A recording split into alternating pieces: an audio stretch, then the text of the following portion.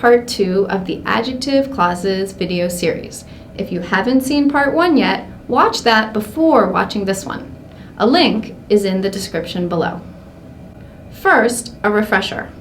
An adjective clause is a group of words that includes both a subject and verb and is used to describe a noun. For example, the dancer, who is an expert, knew every dance move. Last time, we saw that the subject of an adjective clause is usually a relative pronoun, such as who, that, or which. Take our examples from the previous video. The dancer, who is an expert, knew every dance move.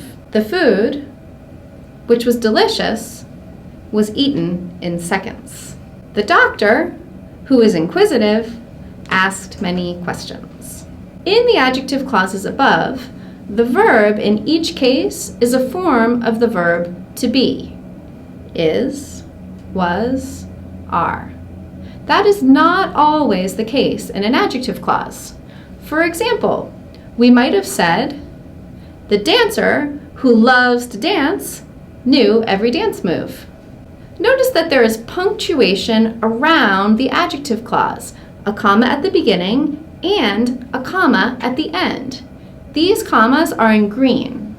The dancer, comma, who loves to dance, comma, knew every dance move. The adjective clause is separated from the rest of the sentence by 2 commas, but this is not always the case. In our next video, we will look at some more challenging situations when it comes to using adjective clauses in your writing. Amanda LeBleau, Assistant Professor, English Language for Academic Purposes, Montgomery College. Subscribe to this channel and be on the lookout for new videos.